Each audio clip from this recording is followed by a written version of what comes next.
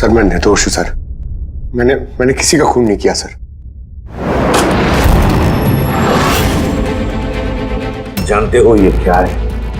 DNA report है sir. फिर तो तुम्हें ये भी पता होगा कि इस रिपोर्ट में क्या लिखा है, और फिर भी तुम चाहते हो कि मैं मान लूं कि तुम निर्दोष हो, तुम गुनहगार नहीं हो।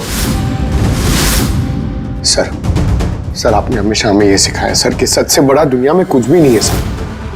इस केस की भी यही सच्चाई है सर। मैंने किसी का खून नहीं किया सर, मैं सच कह रहा हूं। अगर तुमने खून नहीं किया है तो फिर तुम्हारा खून उस हथियार पे कैसे पंकज? मुझे नहीं पता सर। कैसे नहीं पता तुम्हें? हा? ये जो तुम्हारे हाथ पर चोट लगी है, ये जो खून का निशान है, वो चीख चीख के कह रहा है कि गुनहगार तुम ही हो पंकज, तुम हो। सर मैंने आपको बताया था सर, मैं ऑटो से जब ब्यूरो आ रहा था सब तब कटा था सर।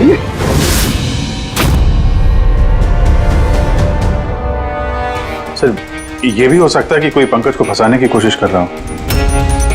पंकज, इस आदमी ने तुम्हारा हाथ काटा था, शायद वही तुम्हारे खून का सैंपल लेके गया हो क्राइम सीन पे डालने के लिए। सर नहीं सर, सैंपल नहीं हो सकता उसके पास। उसने जैसे ही मेरा हाथ काटा था सर तो वो चला गया था और खून तुरंत नहीं आया था सर, थोड़ा टाइम लगा था। उसके पास मेरा सैंपल नहीं हो सकता सर। अगर तुम्हारा खून किसी ने नहीं लिया तो फिर तुम्हारा खून क्राइम सीन पर सिर्फ एक ही तरीके से जा सकता है पंकज, और वो भी तब जब तुम वहां खून करने गए थे तब। ये क्या बात हुई सर? सर अगर पंकज को झूठ बोलना होता, हमें गुमराह ही करना होता तो ये बोल सकता था कि इसका सैंपल कोई लेके चला गया है, मगर इसने सच बोला। इसका सच कोई मायने नहीं रखता क्या सर? हाँ अभिजीत, सच बहुत मायने रखता है, लेकिन फिलहाल इस केस का सच यही है कि इस खून का एक ही सस्पेक्ट है, और वो है पंकज।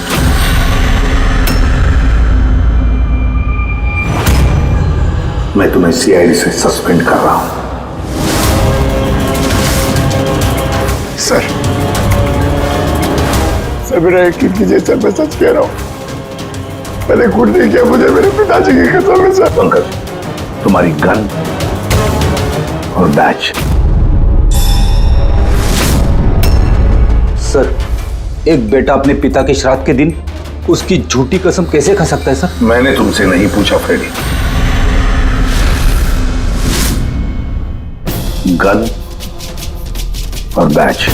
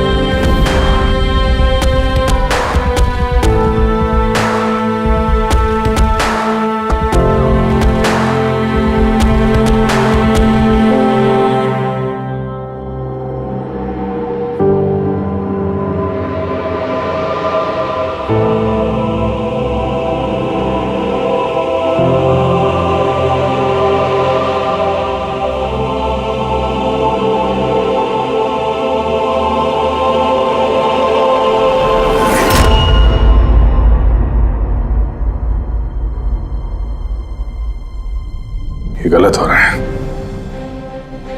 एकदम गलत हो रहा है। नो ऑफेंस सर, लेकिन आप हम सब पे ऐसे हमेशा शक नहीं कर सकते। ये तुम क्या कह रहे हो अभिजीत? क्या गलत कहा मैंने? जब भी कभी किसी सीआईडी ऑफिसर के ऊपर झूठा इल्जाम लगता है, आप हम पे कभी भरोसा नहीं करते। ये तुम क्या बोल रहे हो अभिजीत? मुझे तुमसे ये उम्मीद नहीं थी। हमारी भी थोड़ी बहुत उम्मीद है सर आपसे। आपके एक इशारे पे जान देने को तैयार खड़े रहते हैं हम लोग। तो क्या इतनी सी उम्मीद रखना गलत है कि हमारे बुरे वक्त पे आप हमारा साथ देंगे, हम पे भरोसा रखेंगे? तो क्या मैं साथ नहीं दे रहा? सच जाने की कोशिश नहीं कर रहा हूं मैं? सच के इस सफर में आपने कई बार हमारे आत्मसम्मान को चोट पहुंचाई है सर, हमारे फर्ज, हमारी वफादारी पे शक करके। जब मुझ पे झूठे इल्जाम लगे थे, आपने मुझ पे भरोसा नहीं किया था। और जब तक अभिजीत निर्दोष साबित नहीं होता, उसे जेल में ही रहना होगा। जब दया पे झूठे इल्जाम लगे, आपने इस पे भी भरोसा नहीं किया। मगर शायद आप ही एक बात भूल गए, एक बार आप पे भी ऐसा झूठा इल्जाम लगा था।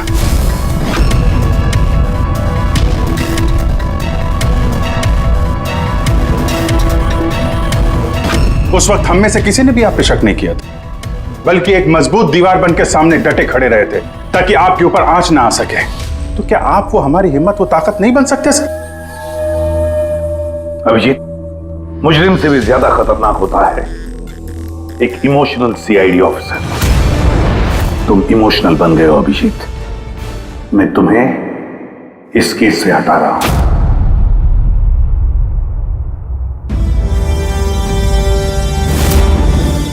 दया, पूर्वी, अब से पंकज की केस तुम दोनों इन्वेस्टिगेट करोगे, सिर्फ और सिर्फ तुम दोनों। ठीक है सर। अब आपको मुझ पे इतना भी भरोसा नहीं रहा कि मैं इस केस को न्यूट्रल तरीके से देख पाऊंगा भी या नहीं। इतने साल की ड्यूटी का ऐसा मेडल तो किस्मत वालों को मिलता है। Thank you sir.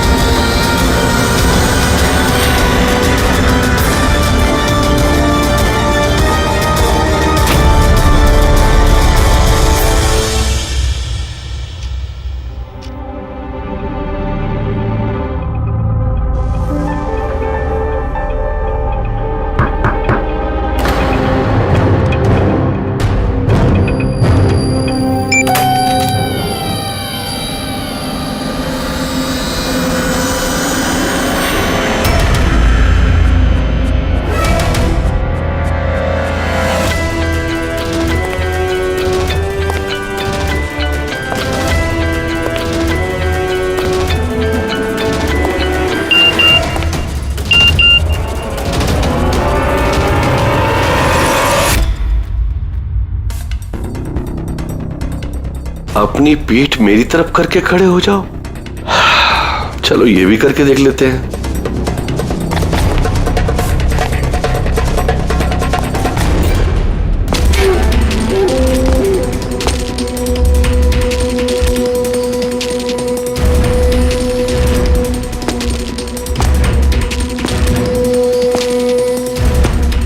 आप आ गए सर?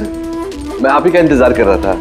आप देखिए वहां फाइल पड़ी है, उसमें पूरा फाइनेंशियल प्लान पड़ा हुआ है और मुझे पूरा यकीन है कि आपको बहुत पसंद आएगा।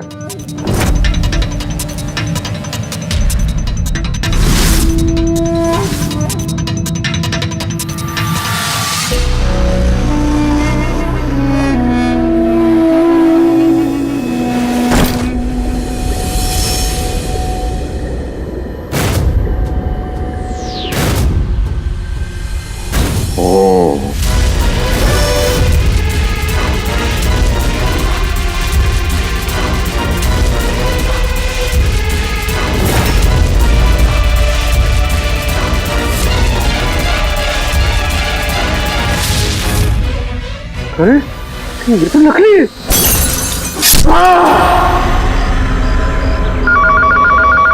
हेलो, एसीपी प्रद्युमन है। व्हाट? कब? अच्छा, ठीक है।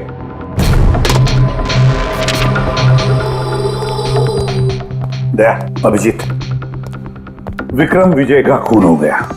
विक्रम विजय, वो हवाला कांड वाला सर? वही विक्रम विजय आज तक कानून से बच के भाग रहा था। आज उसका कत्ल हुआ, उसके ही घर में। एक न एक दिन तो ये होना ही था सर, इतने सारे दुश्मन पाल रखे थे उसने। सर रियली सॉरी सर, थोड़ा लेट हो गया। क्या बात है पंकज, कहाँ रह गए थे तुम? सर वो डैड का श्राद्ध था सर, आज मंदिर गया था सर पूजा करने। ठीक है, और ये हाथ में क्या हुआ? अरे सर ये आते हुए लग गया, मामूली चोट है, इतना जोर से नहीं लगा सर। ठीक है, तैयार हो जाओ, एक मर्डर केस आया हुआ है। अब ये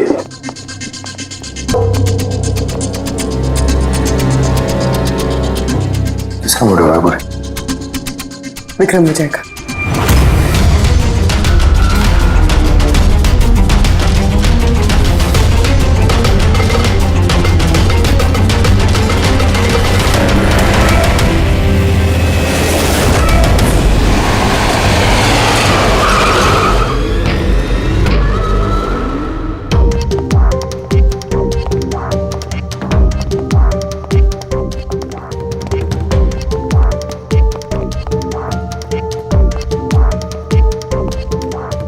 CID? जी हाँ। सर मैं गोपाल हूँ, विक्रम सर का मैनेजर। ये तीनों कौन? ये मोहित, विशाल और ये राघव है, ये सर के सिक्योरिटी गार्ड्स हैं। और आप? ये विक्रम सर की वाइफ हैं, मधु मैडम, और बाकी सब स्टाफ है। बॉडी कहाँ है? सर बॉडी अंदर है। ये गर्दन पे वार किया है और पेट और छाती पे मारा है। टोनी पक्का करना चाहता था कि किसी भी तरीके से ये बचने ना पाए।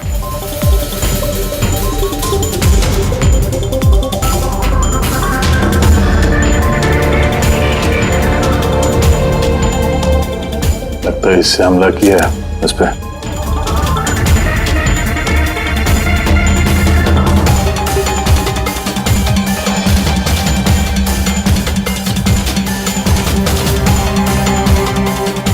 विक्रम के फोन पे आखिरी मैसेज किसी अननोन नंबर से आया। अपनी पीठ मेरी तरफ करके खड़े हो जाओ। पीठ मेरी तरफ? मतलब वो आदमी इसको अपना चेहरा नहीं दिखाना चाहता था क्या?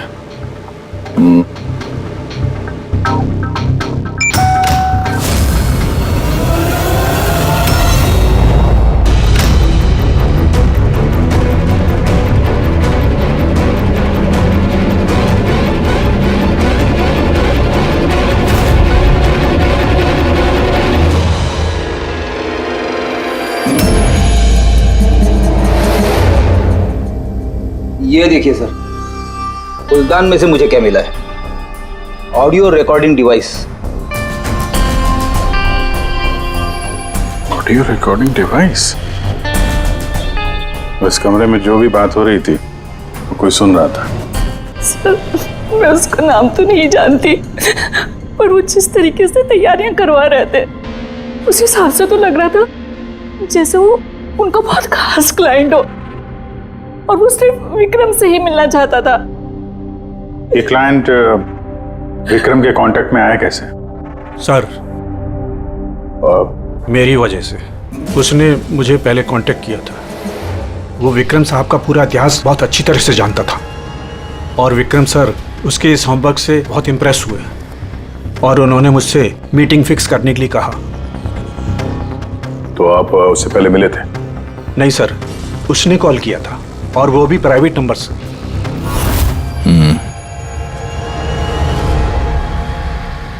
तो आप लोगों ने मीटिंग से पहले पूरी तैयारी कर ली थी? हाँ जी सर। उस कमरे को अच्छी तरह से चेक कर लिया था? हाँ। तो फिर ये ऑडियो की रिकॉर्डिंग डिवाइस ये कमरे में कैसे पहुंची?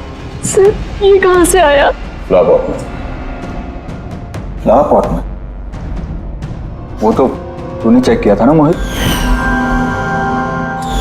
मैंने चेक किया था सर, लेकिन मुझे फ्लावर पॉट में दिखा नहीं था। दिखा नहीं था? जी नहीं। अच्छा, ऐसे कैसे दिखा नहीं था? ब्यूरो चल, वहां पे अच्छे अच्छे को दिखने लगता है।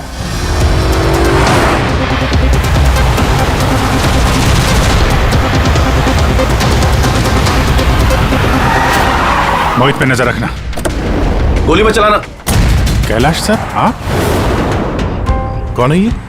सीबीआई ऑफिसर हैं कैलाश जी। कैसे है सर? बढ़िया। क्या बात है सर, आपने अचानक रास्ता रोक लिया?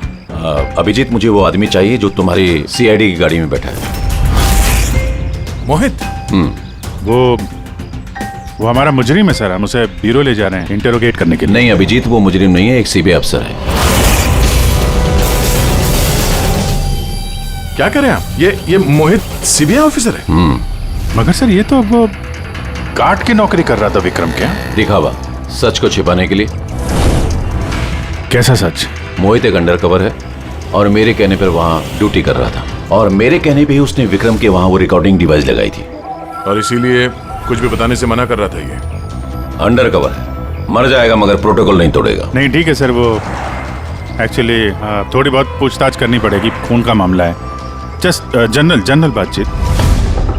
और हमें वो ऑडियो रिकॉर्डिंग मिल सकती है सर? हम जानना चाहते हैं कि खूनी और विक्रम के बीच क्या बात हुई थी। आप आ गए सर? मैं आप ही का इंतजार कर रहा था। आप देखिए, वहां फाइल पड़ी है, उसमें पूरा फाइनेंशियल प्लान पड़ा हुआ है, और मुझे पूरा यकीन है कि आपको बहुत पसंद आएगा। ये नोट तो नकली है। सर, ऐसा लगता है कि विक्रम विजय खूनी को जानता है, इसलिए खूनी ने उसे अपना चेहरा देखने ही नहीं दिया। और जैसे ही विक्रम को पता चला कि जो पैसे उसे दिए गए वो नकली हैं, खूनी ने उसे मार दिया और बैग लेके चला गया। एक काम करते हैं, इस मोहित से अंडरकवर कॉप से पूछताछ करते हैं। सॉरी सर, ये केस अभी तक बंद नहीं हुआ है, इसलिए अगर मैं आप लोगों को कुछ भी और बताता हूँ तो वो प्रोटोकॉल का उल्लंघन होगा, विच आई डोंट वांट। देखो मोहित, मैं तुम्हारे प्रोटोकॉल की इज्जत करता हूँ, मगर कोई तो ऐसी चीज होगी ना जो तुम्हारी इन्वेस्टिगेशन के दौरान तुम्हें मिली हो, मगर तुम्हारे प्रोटोकॉल के दायरे में होने के बावजूद भी तुम हमें बता सकते हो। कुछ तो बताओ जिसके जरिए हम खूनी तक पहुंच सके। मैं आप लोगों को केवल इतना बता सकता हूँ कि पिछले काफ़ी सालों से सीबीआई इस विक्रम विजय के पीछे लगी हुई थी। आज से 15 साल पहले, सन 2002 में सीबीआई ने एक अंडरकवर ऑफिसर को भी विक्रम विजय के पीछे लगाया था, कुछ खास सबूत इकट्ठा करने के लिए, लेकिन कुछ हासिल नहीं हुआ और अनफॉर्चुनेटली हमारे वो ऑफिसर मारे गए। एक मिनट, नाम क्या था इस ऑफिसर का? इंस्पेक्टर अधिराज।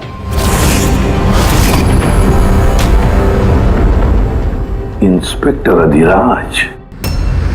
इस बोतल पे जो खून है, इस खून में विक्रम की डीएनए के अलावा किसी और का भी डीएनए। विक्रम के डीएनए के अलावा किसी और का भी डीएनए है? मेरे कहने का मतलब है कोई और भी था। कौन था सालुंखे? तो अपने क्रिमिनल डाटाबेस में कंपेयर करके देखा, मैच करके देखा तूने? उसकी जरूरत नहीं पड़ी। जरूरत नहीं पड़ी का क्या मतलब है सालुंखे? किसका डीएनए है वो? वो डीएनए पंकज का है। व्हाट? वो डीएनए पंकज का है? हमारे पंकज का? हमारे पंकज का। यार ये कैसे हो सकता है? CID officer Pankaj, CID officer Pankaj खून कर सकता है? हमारा एक ऑफिसर खून नहीं है। लेकिन सर पंकज खून क्यों करेगा? वही तो, सीआईडी ऑफिसर खून क्यों करेगा? सर, विक्रम के घर से 1 किलोमीटर की दूरी पर पुलिस को एक लावारिस मोटरसाइकिल मिली है सर। किसकी मोटरसाइकिल है वो? सर वो पंकज की है।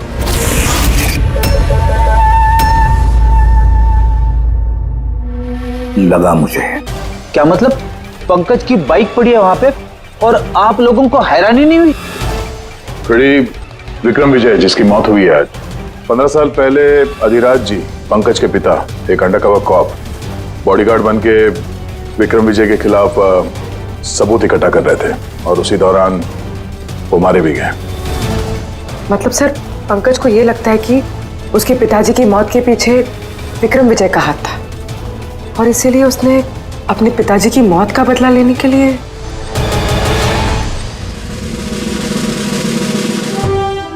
पंकज कहाँ है?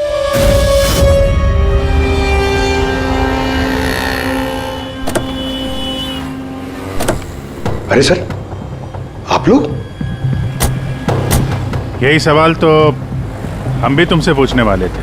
तुम यहाँ क्या कर रहे हो? तुम तो बीमार थे ना? अरे सर, बाइक चोरी हो गई थी मेरी। ये सामने पुलिस स्टेशन में रिपोर्टर कराने आया था। ये देखिए। हमें पता है तुम्हारी बाइक कहाँ है। आप लोग को कैसे पता सर? तुम्हारी बाइक विक्रम विजय के घर के पास मिली है। वही विक्रम विजय जो तुम्हारे पिता का खूनी है। जब ब्यूरो में एसीपी साहब ने बताया कि विक्रम विजय का खून हुआ है, तो तुम्हें पता था ना कि वही विक्रम विजय है? हाँ सर। अरे तो ब्यूरो में क्यों नहीं बताया तुमने? तुम्हें बताना चाहिए था ना कि विक्रम विजय तुम्हारे पिता का खूनी है। सर, डैड का श्राद्ध था सर। मंदिर से ब्यूरो आ रहा था, उनके बारे में सोच रहा था, ये न्यूज आ गई। एकदम हिल गया था सर, समझ में नहीं आ रहा था क्या करूं। और ये हाथ जो तुम्हारा कटा हुआ है, एग्जैक्टली हुआ क्या था? सर, ये तो जब मैं मंदिर से ऑटो पकड़ के आ रहा था,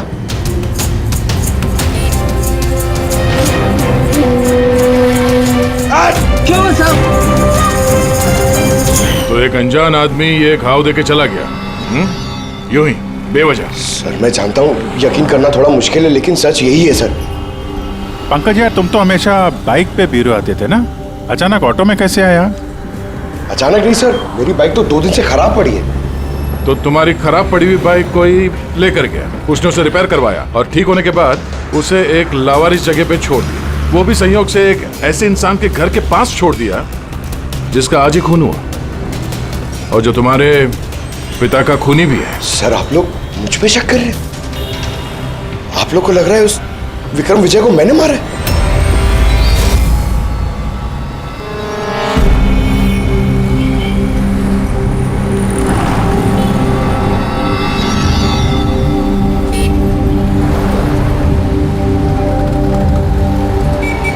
अगर ये पंकज अपने घर से विक्रम के घर पे गया होगा तो वो यहाँ इस जंक्शन से गुजरा होगा।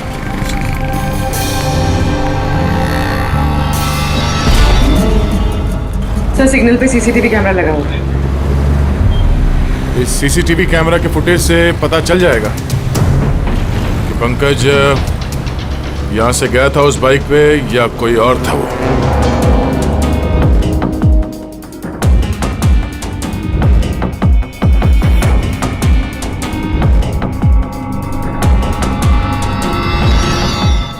एक मिनट रिवाइंड करना, पॉज करना। सर, ये देखिए कि पंकज की तरह नहीं लग रहा है। बाइक का नंबर है XYA 4784। सर, पंकज की बाइक का नंबर भी यही है। पूर्वी, ये पंकज इतनी लापरवाही तो नहीं कर सकता कि एक जुर्म करने के लिए जाते वक्त सड़क पे एक और जुर्म करे, सिग्नल तोड़ने का।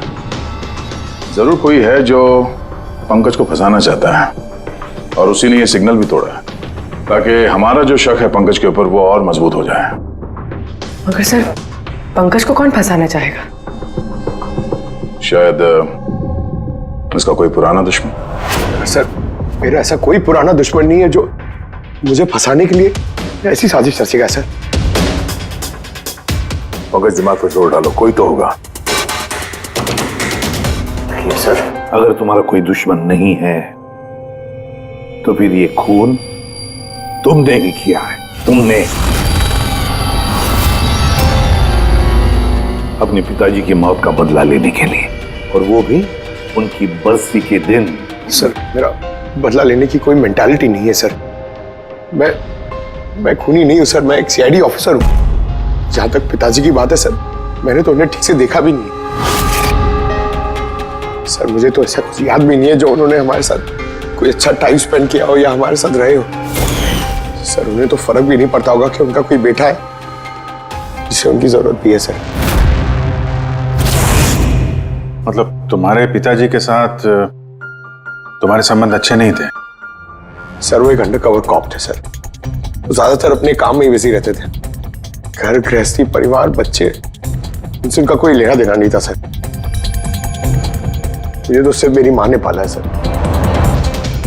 लेकिन फिर भी पंकज, तुम्हारी अपनी पिताजी के साथ कुछ ना कुछ तो यादें जुड़ी होंगी ना, कुछ भी? बस सर थोड़ा सा याद है मुझे सर। मुझे मेले में ले जाते थे सर वो, मगर मेले में ले जाने से पहले सर वो मुझे हॉस्पिटल ले जाते थे हमेशा। हॉस्पिटल में? वो क्यों? शायद बचपन में वो बहुत बीमार रहता था और वो हॉस्पिटल ले जाते थे और मुझे बहुत दर्द होता था सर। दर्द? पंकज कहाँ दर्द होता था? सर पीठ में, यहाँ पे सर। पीठ में? पंकज डॉक्टर क्या करते थे पीठ में?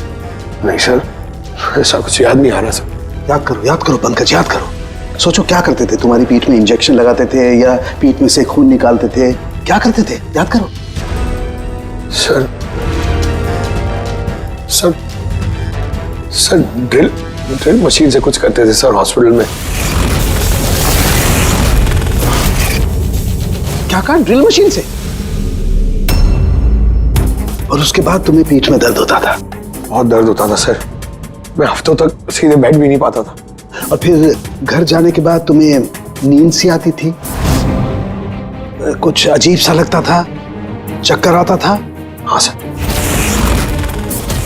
सर मेले में भी जब मैं घूमने जाता था तो नींद में ही रहता था सर। ऐसे चक्कर आते रहते थे सर बस। लेकिन सर इस बात का इस केस से क्या लेना देना? लेना देना है बॉस। मुझे लगता है इसके पिताजी ने इसकी बहुत छोटी उम्र में इसका बोन मैरो डोनेट करवा दिया था। लेकिन सर बच्चों का बोन मैरो डोनेट करवाना तो गैर कानूनी है ना? गैर कानूनी है, लेकिन मुझे लगता है बॉस पैसे की वजह से या किसी भी और वजह से उस डॉक्टर ने इसके पिताजी के लिए ये सब कुछ किया था। वो ठीक है सर, लेकिन मेरी समझ में अभी भी ये नहीं आ रहा है कि इस बात का इस केस से क्या कनेक्शन है? कनेक्शन ऐसे है पूर्वी कि कई बार जब बोन मैरो डोनेट किया जाता है तो जिसे बोन मैरो डोनेट किया जा रहा है उस व्यक्ति को ह्यूमन काइमेरिज्म हो जाता है।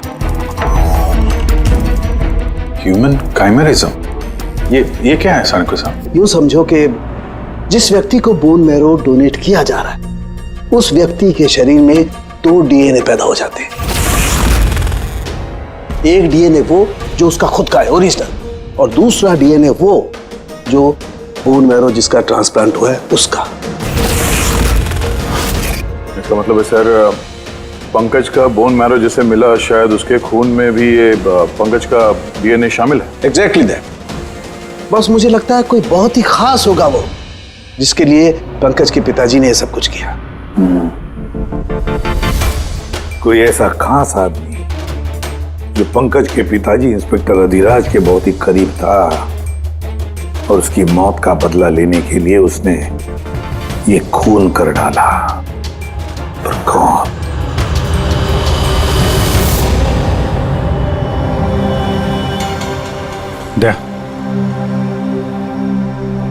Hi sir. हेलो अभिजीत। हाय दया, कैसे हो? गुड। सॉरी आपको यहाँ ऐसी जगह पे बुलाना पड़ा। अभिजीत, जो इन्फॉर्मेशन तुमको चाहिए थी वो ना तो सीआईडी ऑफिस में दी जा सकती थी और ना मेरे ऑफिस में। थैंक यू सर आपकी मदद के लिए। पंकज एक ईमानदार ऑफिसर है सर, और आपकी मदद से शायद हम उसकी बेगुनाही साबित कर पाए।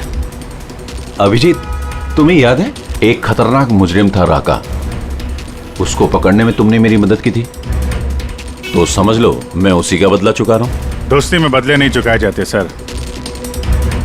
एक्चुअली हमें पंकज के पिता इंस्पेक्टर अधिराज जी के बारे में जानकारी चाहिए, जितनी भी आप दे सकें। आपने काम किया है ना इंस्पेक्टर अधिराज के साथ?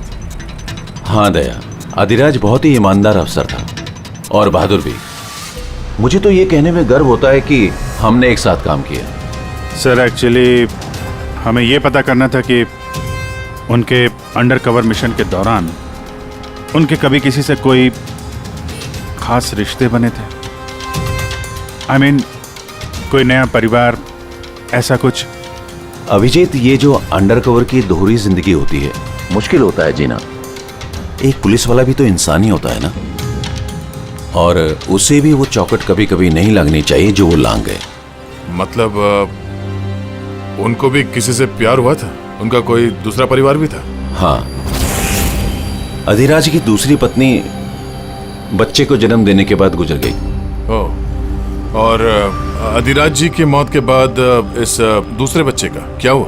ये राज हमेशा राज ही बना रहा कि अधिराज ने उस दूसरे बच्चे को कहाँ रखा, कैसे पाला, और वो बच्चा कहाँ गया, कभी किसी को नहीं मिला।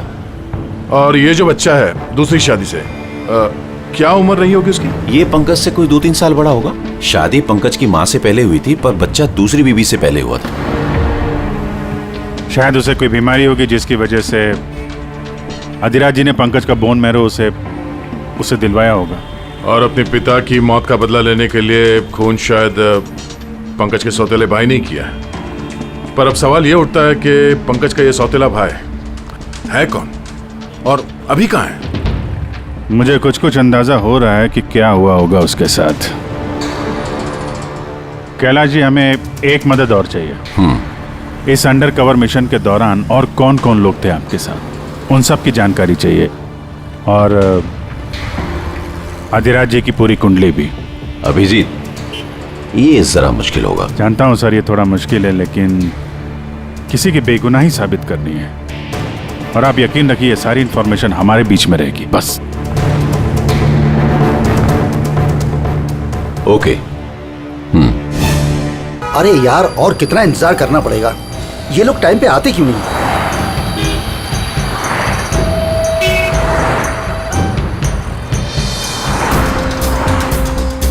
अरे यार, आधे घंटे से इंतजार कर रहा हूँ। अरे मुझे आज ही पूरा पैसा चाहिए। अरे मुझे निकलना है इस शहर से आज ही। तेरा हिसाब तो मैं आज, अभी और इसी वक्त चुकता कर दूंगा।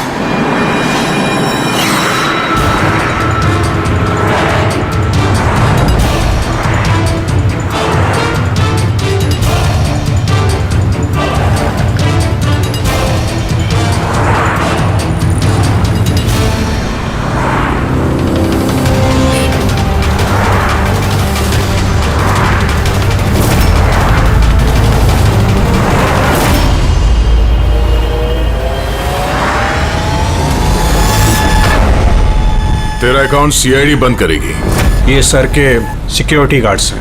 नहीं अभिजीत, वो मुजरिम नहीं है, एक सीबीआई अफसर है।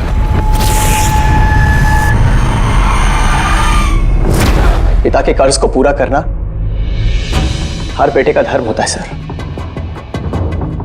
और जो बेटा ऐसा करता है वही अच्छा बेटा कहलाता है, और वो हूं मैं।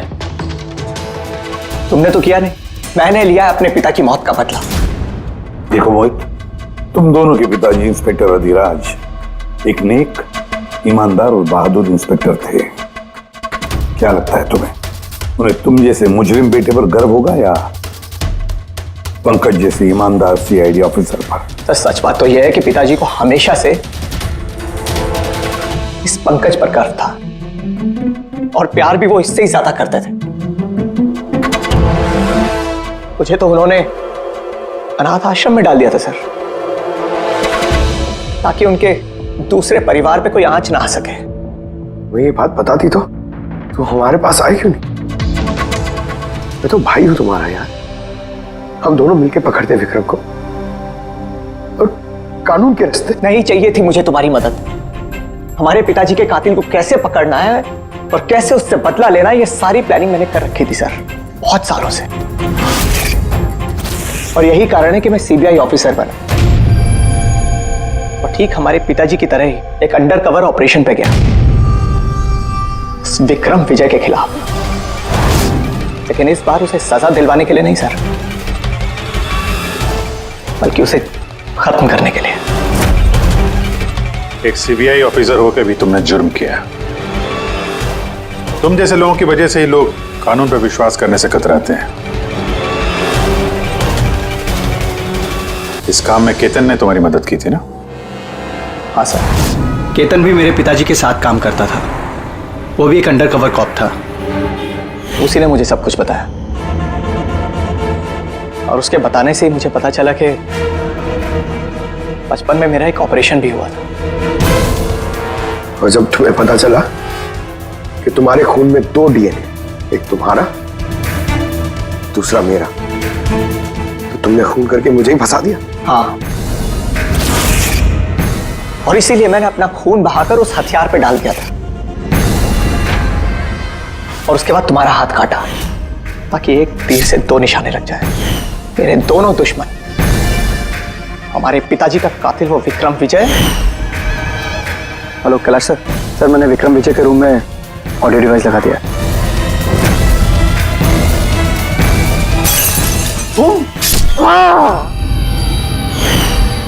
और तुम मुझसे इतनी नफरत क्यों है तुम्हें भाई? क्यों ना करो तुमसे नफरत? आज तक सब कुछ तो तुम्हें मिला है। हमारे पिताजी का नाम, उनका प्यार, उनकी इज्जत, सब कुछ।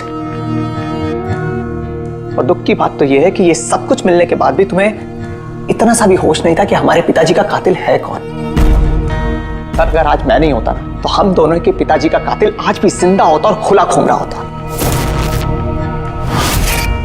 और तुम्हें क्या मिला हुआ है? जेल?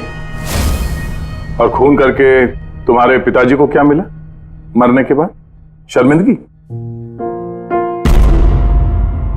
सर, एक बात पूछ सकता हूं आपसे? आप लोग मुझ तक पहुंचे कैसे? क्योंकि मैंने कोई कसर नहीं छोड़ी थी सारे सबूत पंकज के खिलाफ करने में। मोहित, हम जानते थे कि पंकज ऐसा कभी नहीं करेगा। और रही बात तुम तक पहुंचने की, जब हमें 2 डीएनए के बारे में पता चला तो हमने तुम्हारे पिताजी इंस्पेक्टर अधिराज का बैकग्राउंड चेक किया। उसमें हमें पता चला कि उनका और भी एक बेटा है, तुम। और फिर बस हमने उस बेटे की पूरी कुंडली निकाली, मतलब तुम्हारी। और फिर सारा मामला समझ में आ गया। बहुत गलत किया तुमने मोहित, बहुत गलत किया। कानून तुम्हें कड़ी से कड़ी सजा देगा, शायद उम्र कैद या फांसी।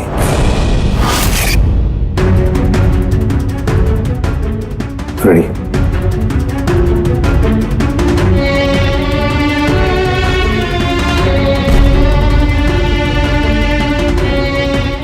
Ready sir.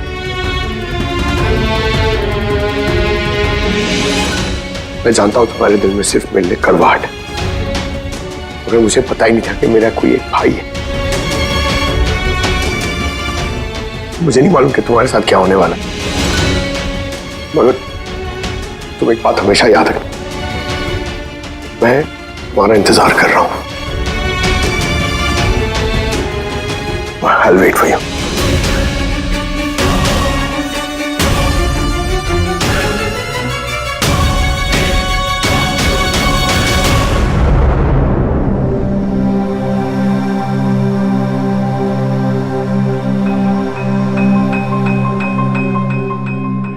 पंकज, देखो, तुम्हारे में ये जो अच्छाई है ना, इसे कायम जिंदा रखना, कायम।